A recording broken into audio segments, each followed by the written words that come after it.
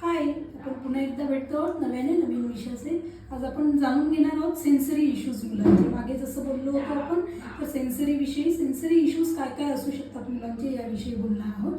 तर जसं की मुलाला तहान लागली आहे, मुलाला भूक लागलेली आहे, मूल त्यासाठी रडतं आहे, गोंधळ घालतं आहे, त्याला समजत नाही आपल्याला भूक लागली आहे, तहान लागली आहे, मुलाला झोप आली आहे, मुलाचं ब्लॅडर फुल झालं आहे, त्याला सू आलेली आहे, ते पण रडूनच सांगते म्हणून त्याला समजत नाही किंवा कुठे पण सू करून देतं आहे, मुलाला शी आलेली कळत नाही आहे, मग कुठे पण शी सू करून ठेवतं आहे.